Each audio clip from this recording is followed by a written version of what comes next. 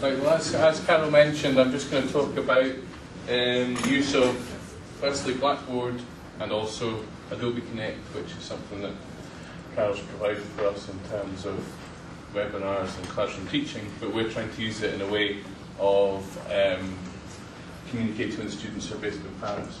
So first, I thought it was useful just to tell you about the type of course it is. I'm the Programme Tutor for MSc in Construction Management, and it's a workplace-based MSc.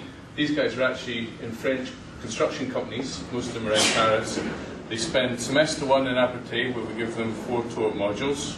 They do 4 taught modules in their own institution in Paris, and then they go back to the companies and they do their MSc project over 9 months in their companies part-time. So as you can imagine, trying to keep track of what they're up to could be quite a challenge. So what we've set up, and this is the 3rd year that we've been running this, and there'll be 14 of them doing their projects online as such over the period, and they do their work in English, thankfully. And what they do here is we use a journal set up on Blackboard to keep track of what they're doing. We ask them every 2 weeks to post what they've been doing. They have a supervisor in their company as well, what the discussions are happening with them. And down here you can see the list of entries, and this is just a typical entry early on for this student where he's going through what he's going to start setting up for his project. And what we can do is, as Programme Tutor, I can monitor the progress of all the students, make sure they're all engaging by seeing how many posts and what they are, and also for all the supervisors, we work as a team and keep an eye on all the different students, and each of us will say have 5 projects to supervise over the time. But, for example, Eddie Simpson may go on and post to all the students a general comment that he's been noticing.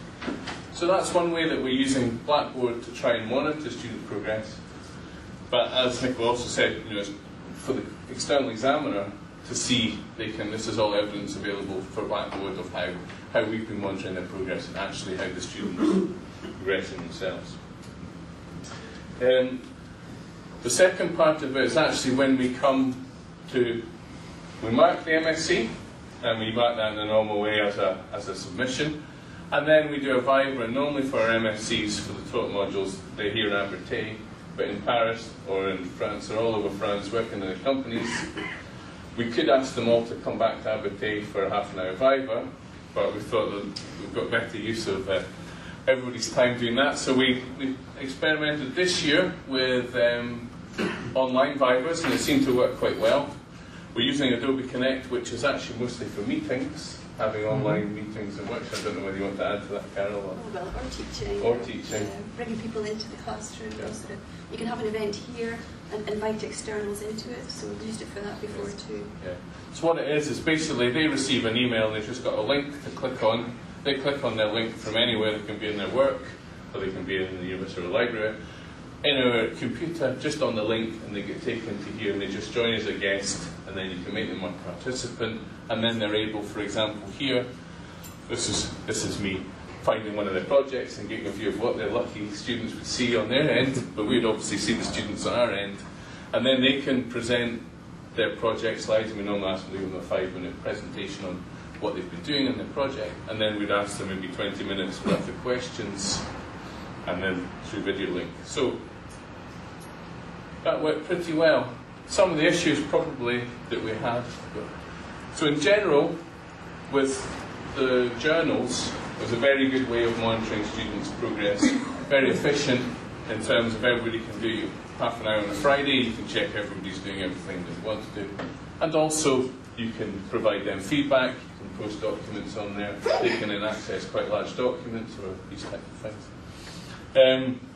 And in terms of the vivas, it worked quite well in terms of the students being able to present their work in a good, clear way rather than on the telephone, for example.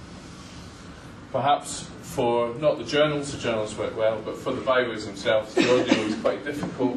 If you're actually having a discussion or asking quite difficult questions, a time delay or a lag can be quite off-putting for the students. For a number of them, we ended up reverting to a telephone as well, so it was almost like a mixed approach. We tried for some Malaysian students for visa reason had to leave our MSc before they finished their projects. We then did their vivas over, and then we had to use the phone for them. So in terms of The vivas on the phones or online, they work very well, and I'd recommend if you use those, they're worthwhile doing through Adobe Connect. And also things we're looking to do in the future, such as recording the vivas again for externals to view our processes there in terms of our vivas. Also, what we'd probably like to do in the future is we've typically done online discussions with students midway and later on in their projects and then during their viva, but to try and use Adobe Connect earlier on in the project process. So, for example, they've just re-enrolled and we're now going to invite them in the next month to have their startup meetings with us online. And also fitting with the new feedback weeks, that's where we're going to actually dial into all the students using these feedback weeks as a way to work our way through all the MSc students and check their progress. So it's worthwhile. Okay, thank you.